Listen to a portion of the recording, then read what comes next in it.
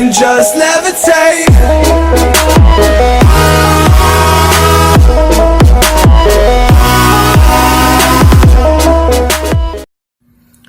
Okay guys, so welcome dito sa ating YouTube channel. Ito na yung ating lesson 9 sa ating trigonometry. Ito yung length of arc and area of a sector sa circle. Okay, so the length S of the arc cut on a circle of radius r by a central angle of measure theta radians is given by S is equal to r theta, where r is the radius and theta is the measure of central angle. So, paano ba magiging itsura nito? So, yung length of arc na tinutukoy nila, so for example, assuming meron tayo ditong circle. So, assuming nag-cut dyan. So, ito yung part ng circle. Okay, so assuming ito yung radius r, although may radius r naman tayo dito. Then, meron tayo ditong theta. Okay, so itong part na to, ito yung hinahanap natin, which is yung S. So, yan yung length of arc. So, tandaan mo siya yung parang angle subtended dun sa ating, siya yung arc subtended dun sa ating angle, I mean. Okay, so tandaan ayun yung hinahanap natin, yung length of arc ng ating circle. So, ulit ka lang, the formula is equal to S is equal to R times theta. Note that theta is in radian. So, meaning, kung naka-angle siya or naka-degree, naka-degree siya, meaning, ang gagawin natin, i-convert muna natin siya into pi radian. Okay, so, paano ba yan? Theta, angle times pi over 180 degrees. Okay, so, tandaan yan. Yan, para mas ma-appreciate nyo yung topic, syempre, magbibigay tayo na example. Then, papakita rin ako na merong angle, tapos meron naka-radian na, tapos saka natin ko compute lahat yan. Okay, so, another thing din dito, mas gusto ko i-compute natin yung pi, or i-consider si pi as 3.14, yung irrational number na 3.14 something, kukunin talaga natin measure ng pi dito. So, whenever, kunwari, kukunin natin yung distance, hindi mo pwede sabihin na 250 pi kilometer lang. So, kung kunin natin, kukonvert natin siya mismo. So, ikakalki ko na lang, kunwari, 250 times 3.14 yung exact o yung value ng pi. So, para sa iba, na walang pi sa calculator, probably, ang gamitin nyo na lang is yung 3.1416. Okay, so, as nyo na lang din ako. So, let's have example. Okay, so a circle, number 1, so a circle has a radius of 18.2 centimeters. Find the length of the arc cut by a central angle having the following measures. So, dalawa yung given dyan. Okay, so per letter A, we have 3 pi over 8. Okay, so first is, siyempre, check muna natin ano yung mga given. What is R, by the way? So, the radius R is equal to 18.2 centimeter. Okay, while the theta, okay, which is this is 3 pi over 8. So, ibig sabihin, sir, okay na po, hindi na po, sa naka-radian na po, hindi na po natin kailangan siyang i-convert pa. So, since andun na siya, pwede natin siya i-compute. So, ano yung formula? Formula is equal to, S is equal to R times theta. So, that is S is equal to R times theta, where S or R is equal to 18.2, okay, multiplied by 3 pi over 8. Okay, so sa akin yan, syempre, dahil meron sa akin, so that is 18.2. So, 18.2 times, that is 3 pi, okay, alpha pi, or shift pi, over 8. Okay, so note na yung pi ko dito is naka 3.14 yan. O, namilosa po yung calculator ko. So, ang sagot daw is 273 over 40 times pi, or 273 pi over 40. Pero syempre gagawin ko siya. So, click mo na yung S din yan. That is 21.44. Okay, so S is equal to, ay ko kanina, 273 over 40 pi, or approximately, ano yung value kanina? That is 21.44 centimeter. Okay, so therefore, ayan yung ating sagot. Okay, so kung ito sasagot mo, sige, okay lang. Lalo yung mga walang calculus na maayos. Okay, so another example. For letter B, so same given siya. So, naka-refer tayo sa number 1. So, same circle siya. So, for letter B, so, letter B, so, a circle has a radius of 18.2 cm and find the length of the arc cut by a central angle having the measure of 144 degrees. So, in this case, syempre, lalagay natin yung given. So, what is R? So, R pa rin is the same thing. So, siya ay R is equal to 18.2 cm. Okay, where theta is equal to 144 degrees.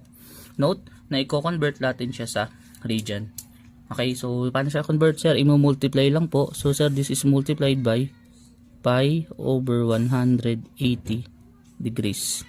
So therefore, this is equal sa ano yung magiging value niya? Wala mo ng decimal That is 144 times pi over 180.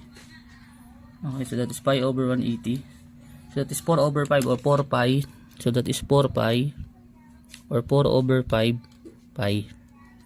Okay, so yan isa-substitute natin sa ating formula. So proceed sa ating formula. So we have S is equal to R times theta. So sinusulat ko lang. So R is again 18.2 multiplied by 4 pi over 5 or 4 over 5 pi. So same sense lang yun. Huwag mo lang ilalagay sa denominator syempre. Okay, then calculate natin yan syempre. That is 18.2 multiplied by, that is 4 pi over 5. Okay, so expect ko nang mamimiloso po tong calculate ko. So sabi niya, the answer is 364 over 25 pi. Okay, so lalagay ni sir yun. So that is S is equal to 364, okay, over 25 pi or approximately, so ulit nagbibigyan ko kayo dyan about dyan, so approximately 45.74. That is 45.74. That is 45.74 centimeters. Okay, so ano napansin mo? The more na lumaki yung angle, syempre, the more din nalalaki yung arc subtended. So, obvious naman yun. Pag lumaki siya, obviously, may kita mo rin yung, tawag dito, yung paglaki ng arc. Lahaba din talaga siya. Okay, so let's have example number 2. A rope is being wound around a drum with radius 0.8725 feet. How much rope will be wound around the drum if the drum is rotated through an angle of 39.72 degrees. So, paano yun? So, kunyari may drum. Okay?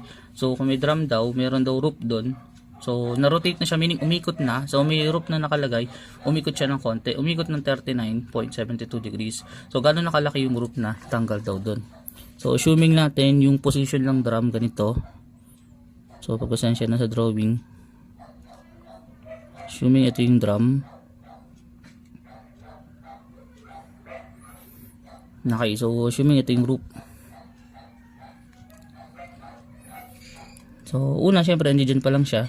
So, ang radius na is 0.8725. So, 0.8725. Okay, so ngayon, gumalaw daw siya. So, nag-rotate. So, meaning, gumalaw siya konti. Nag-rotate siya ng around.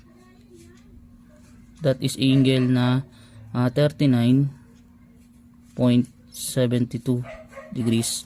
So, ngayon ang tanong, how much rope? So, meaning yung daming rope. So, yung rotate niya yung angle mismo sa loob. Lumaki yung angle na to, nag 39.72. So, gumalaw yun. So, meaning, andito yung rope. Nung gumalaw siya, gano'n ang karaming rope yung nadala niya sa rotation na 39.72 degrees. Okay, so, syempre, write ulit natin yung mga given. So, R. So, since ay naka-circle, tapos, syempre, ang obvious hinahanap natin is yung length ng arc. Kasi nga, yung length ng rope naka-circle siya. So that is R is equal to 0.8725 feet.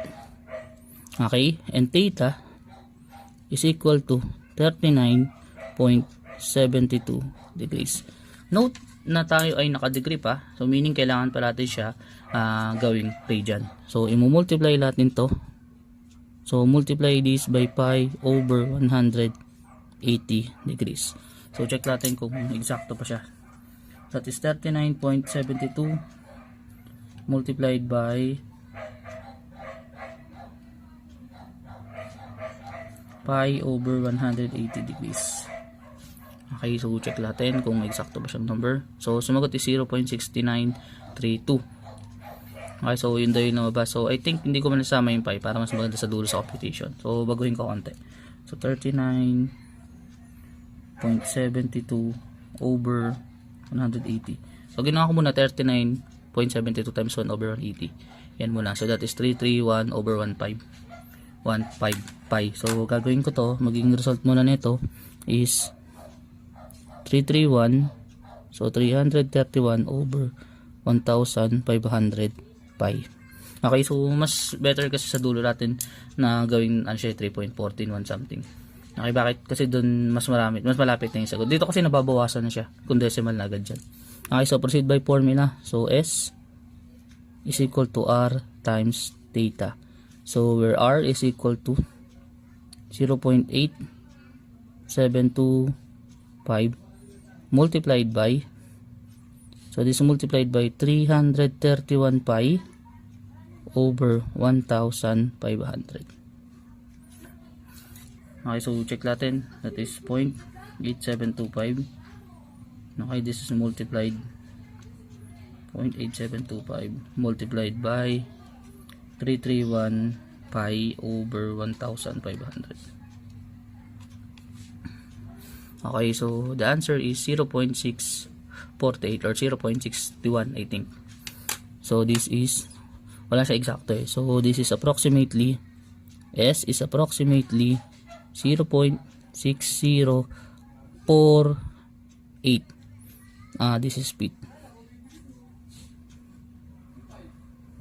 So ganun karaming group na yung nagamit niya. Or put lang yata kasi mga konti pa lang siya actually. Parang put lang din yata yan. Okay, so ganun ba siya pag application ng problem solving? So dapat may imagine mo rin na dapat semicircle siya, tapos not semicircle, I mean, so circle siya, may radius, tapos meron ding angle or central angle na given.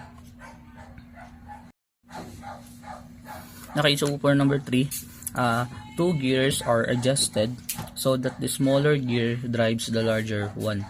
So if the smaller gear rotates through 225 degrees, through how many degrees will the larger gear rotate? Okay, so ulitin ko lang.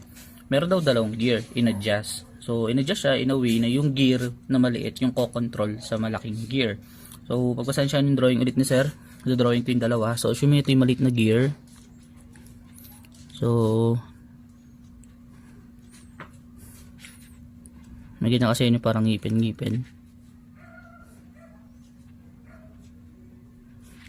Okay, so kunyari lang yun yung ito. Then may malaking gear, syempre. So ngayon may malaking gear daw. So ngayon, ang nangyari kasi, 'di ba yung gear is magkakaduktong yan. So kunyari pag inikot mo, iikot din yan. So kumbaga, pag nag-rotate yung maliit, nagro-rotate din yung malaking gear. Yun yung sinasabi nito. Ngayon yung radius nito, syempre hindi ko yata nabanggit. Okay, so yung radius ng dalawa, hindi ko nabanggit about that.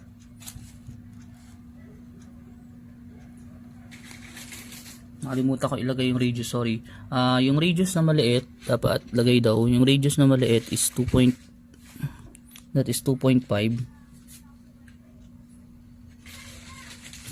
cm. Okay, yung radius na radius of 1, radius of 2 is 4.8 cm. So meaning yung radius na maliit is 2.5, yung radius na malaki is 4.82. Ngayon ito yung tanong, yung gear na maliit o yung gear 1, nag-rotate siya in an angle na 225 degrees. Okay, so meaning nakapag-rotate na siya ng 225 degrees. Yan, ano na yung angle na no-rotate nito kung yung kanyang radius is 4.8. Okay, so ito yung magiging tanong. So, to check natin yung marorotate na ito somewhere na ganun, di ba meron parang arc siya. Siyempre may makuha tayong arc length dyan. O yung length ng arc niya. Yung pag-rotate ng length arc na yun, siyempre hindi siya obvious na equal dapat dun sa malaki. Okay, siyempre kasi iba yung laki ng circle na to dun sa circle na yun Okay, yung malaking ikot dun, since 225 degrees siya, maliit lang para sa malaki.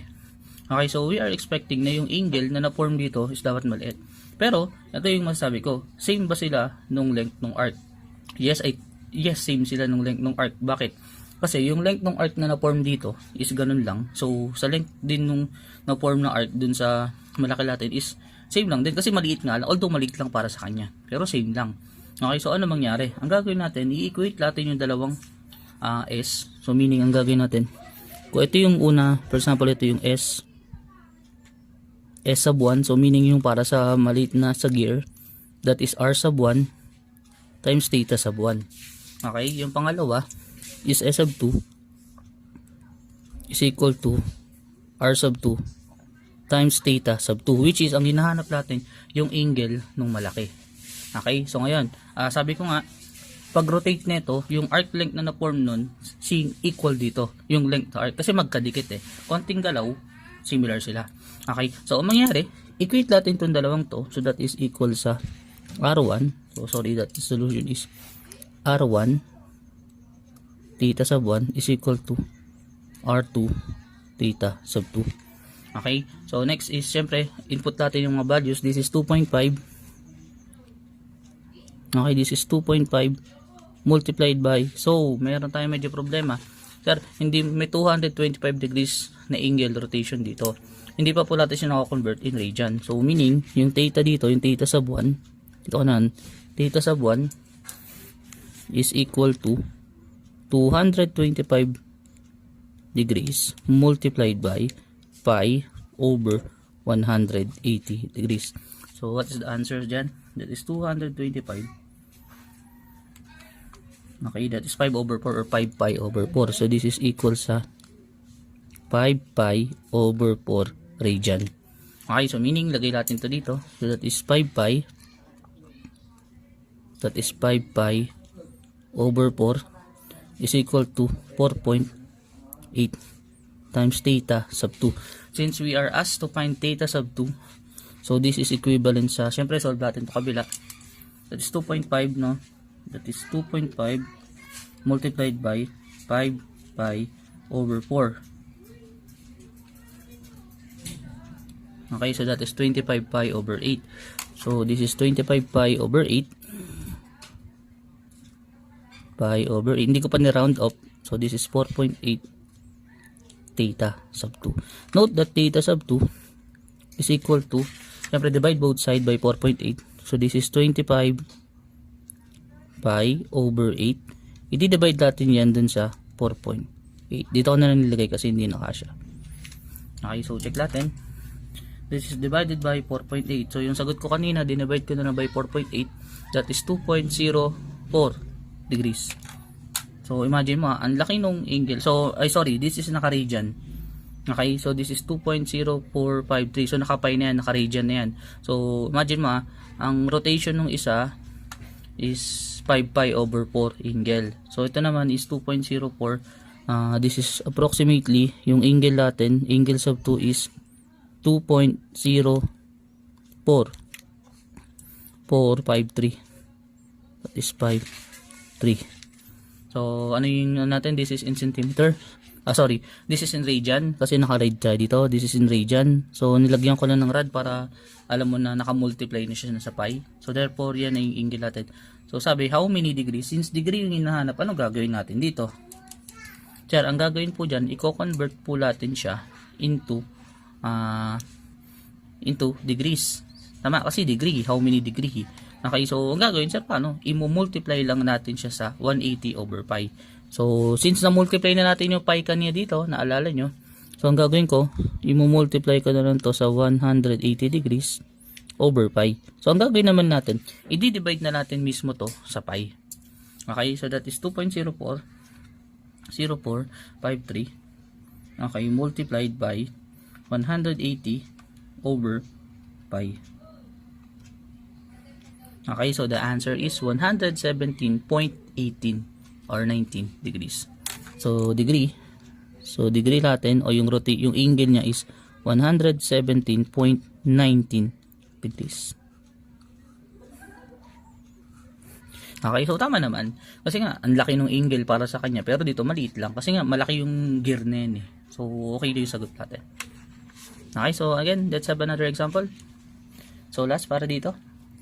So, Reno, Nevada. So, note that Reno, hindi yan yung alam mong pagkain or what. Reno, Nevada is a place sa Amerika. Okay, so Reno, Nevada is approximately due north of Los Angeles. So, due north. So, approximately due north dito. So, ito yung Los Angeles, somewhere nandito sa taas niya. Okay, the latitude of Reno is 4 degrees north. So, the latitude of Los Angeles is 34 degrees due north. So, N means north of the equator. So, yung equator is nasa x-axis. Okay, so siya yung parang standard position natin. Yung standard, diba, alam niyo sa terminal side, initial side I mean. Okay, so pag sinabi equator sa mundo, siya yung standard. Okay, so ito yung andito. So andito yung andito yung Los Angeles, sorry sa Lakers. Los Angeles, andito yung Reno kasi mas mataas siya konti. Okay, so sabi, the radius of Earth is 6,400 kilometers. Find the north-south distance between the two cities. So north-south distance between the two cities. So drawing ko muna para mas ma-imagine nyo. O tika lang ha. So andito yung equator. So dito ko lagay. So, ito yung equator. This is 6,400 kilometer. Ito yung radius ito yung center of Earth. Ito yung ating equator. Okay, so ngayon sabi, si Los Angeles is 34 degrees. Okay, north. So, meaning somewhere nandito. So, somewhere ay nasa 34, somewhere nandito. Due north. This is 34 degrees. Ito yung Los Angeles, yung LA. Next is yung ating Reno is 40 degrees. So nasa north din siya banda nung LA. So meaning mas mataas siya dito. So tama naman, obvious naman. So dito si Reno somewhere. So ito si Reno. Okay, ngayon ang tanong, ano daw yung north-south distance, meaning yung distance niyan. So, meaning hinahanap din pa rin natin is si S. Okay, so yung malaking angle, by the way, that is 40 degrees. So, ngayon, ano yung mga given natin? So, obviously, sir, meron na po tayong R. Ang R po natin is 6,400 kilometer. Okay, sir, yung ating angle is hindi pa po natin alam. Kasi, yung angle na mapo-form para makuha yung distance ng dalawang city is S. So, andun sa S na yun. So, yung katapat niya is itong angle na to, yung nasa pagitan nilang dalawa. So, simply that is 40 degrees minus 34 degrees. So, that is 40 degrees minus 34 degrees, which is equal sa 6 degree. Since naka-degree pa tayo, i-convert pa natin siya into radian. Okay, so this is multiplied by pi over 180 degrees, which is equal sa, siyempre tanggalin mo natin, so that is 6 divided by 180, simplify lang natin yan, that's 1 over 30 or pi over 30. So this is pi over 30 radian. Okay, so ngayon tanong, find the distance between the two cities. So meaning si S yung hinahanap natin. So S is equal to R multiplied by theta, which is equal sa 6,400 kilometers multiplied by pi over 30, sorry, this is 30. So next is multiply yan. So 6,400 times pi over 180. Okay, that is simply equal sa 320 over 9 pi, or approximately S is equal sa 320 over 320 over 9 pi, or approximately, ano yung value? This is 111.70. This is 111.70 kilometers. yung distance nilang dalawa. Okay, so ayan yung application ng length of an arc of a circle. So length of arc of the circle. So tandaan nyo ha, so hindi lang basta-basta length yan ng circle. So na-apply talaga siya sa real life situation tulad ng mga yan. Okay, as long as makaka-form ka ng circle syempre. Okay, tapos syempre may angle, tapos may radius. Aware ka din sa radius. Okay, next is syempre, kung aware ka naman kung ano yung area length ng ating arc na subtended dun sa ating angle. Okay, so ngayon, ano naman yung area of sector? Ano naman, so by the way, sir, ano naman po yung sector? So mamaya, na-drawing ko kasi kanina yung na-drawing ko yung length ng arc. So similar siya dun. Okay, pero before that, ito muna tayo. The area of a sector, so number 1, area of a piece of pie or sector. So dito mo lang, area of piece of pie. So imagine what is a pie? Pie is something yung parang pizza something o yung yung bilog something. So kumuha ka doon ng piece of pie, di ba pag hinahati natin para siyang mga triangle na maliit, so slice ng pizza. So yun yung parang piece of pie. So hindi lang lagi pizza, I mean. Okay, so for example, gusto natin kunin yung mismong area nun. Kunwari yung area, kumuha ka na isang slice ng pizza, di ba kumuha ka nun, area nun, yun ang tawag doon ay sector. Okay, so pansin mo, may andun pa rin si length ng side or length ng yung radius nandun pa rin yung central angle, tas nandun pa rin si syempre nandun na yung S. Ngayon, ang kinukuha natin yung mismong area. Okay, so again, hindi siya triangle. Okay, next is number 2. A sector of a circle is the portion of the interior of a circle cut by a central angle. So, yun yung sabi ko. So, for example, ito yung circle natin. Okay, so assuming yan yun. So, ito yung angle. Ito yung R. So, ito yung hinahanap natin na sector. Itong part na yan.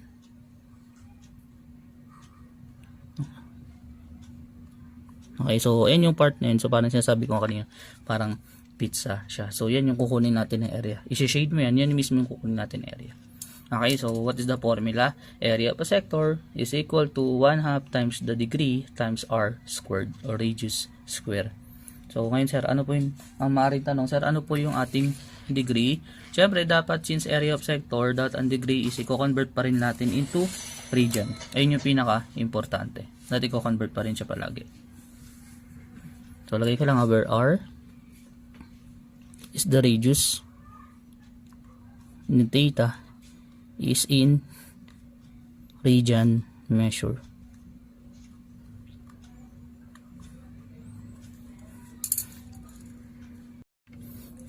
Okay, so let's have example.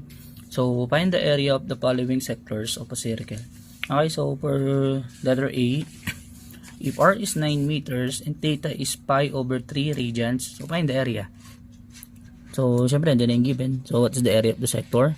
So, let's say, ito yung area. Area of the sector. Area of sector. Wait.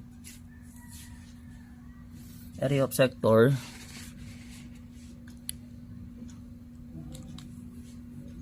Area of sector is equal to 1/2 times yung theta times r squared. Okay, where theta is in region. Okay, so this is equal sa 1/2 times pi over 3. Okay, then times 9 square. So, syempre, multiply natin lahat yan. So, that is 1/2 times pi over 3 times 9 squared which is 81. Okay, so that is 27 over 2 pi. Okay, so the area of the sector, so area of sector is equal to 27 over 2 pi. So this is meter squared. Kasi tayo ay naka-area. Kasi dalawang basta bakit naging squared? 9 meters raised to 2 is 81 meters squared. So, multiply ka ng yan ay unit ko. So, don't forget yung unit natin. So, ito yung area of the sector. Okay, next is letter B. So, R is equal to 12.7 cm and theta is in 81 degrees. So, meaning yung theta, since hindi pa naka-region, i-convert pa natin siya into region. So, theta. So, this is theta. theta is equal to 81 degrees multiplied by pi over 180 degrees. Check natin ano yung value nun. That is 9 over 20 or 9 pi over 20. So this is equal sa 9 pi over 20 radian. Okay, so proceed tayo sa formula. Area of sector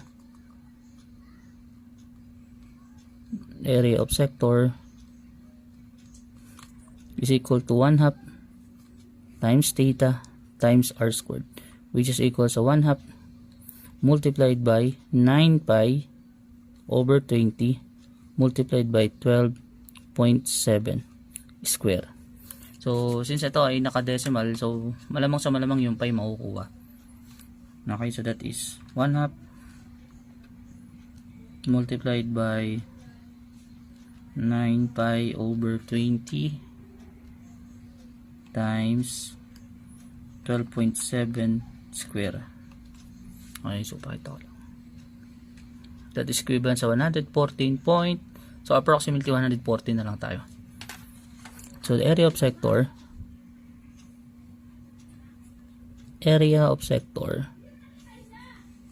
is approximately equal sa 114 centimeters squared.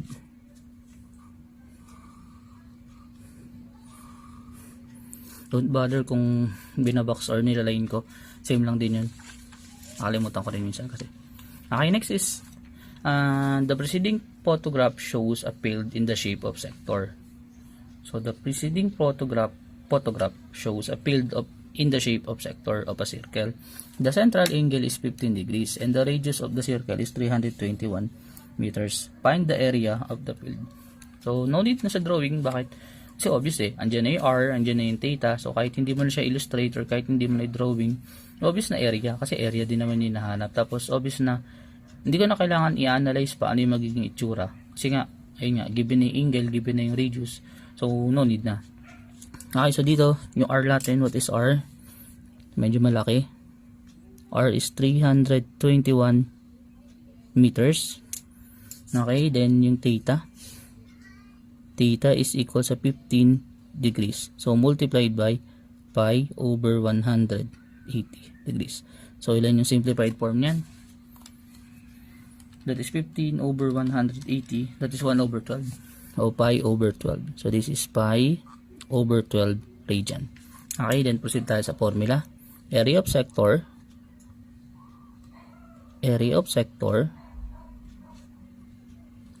is equal to 1/2 theta r squared, which is equal sa 1/2. Then this is pi over 12. Then this is 321 meters then square. Okay, so compute. That is 1/2 times pi over 12 times 321 squared.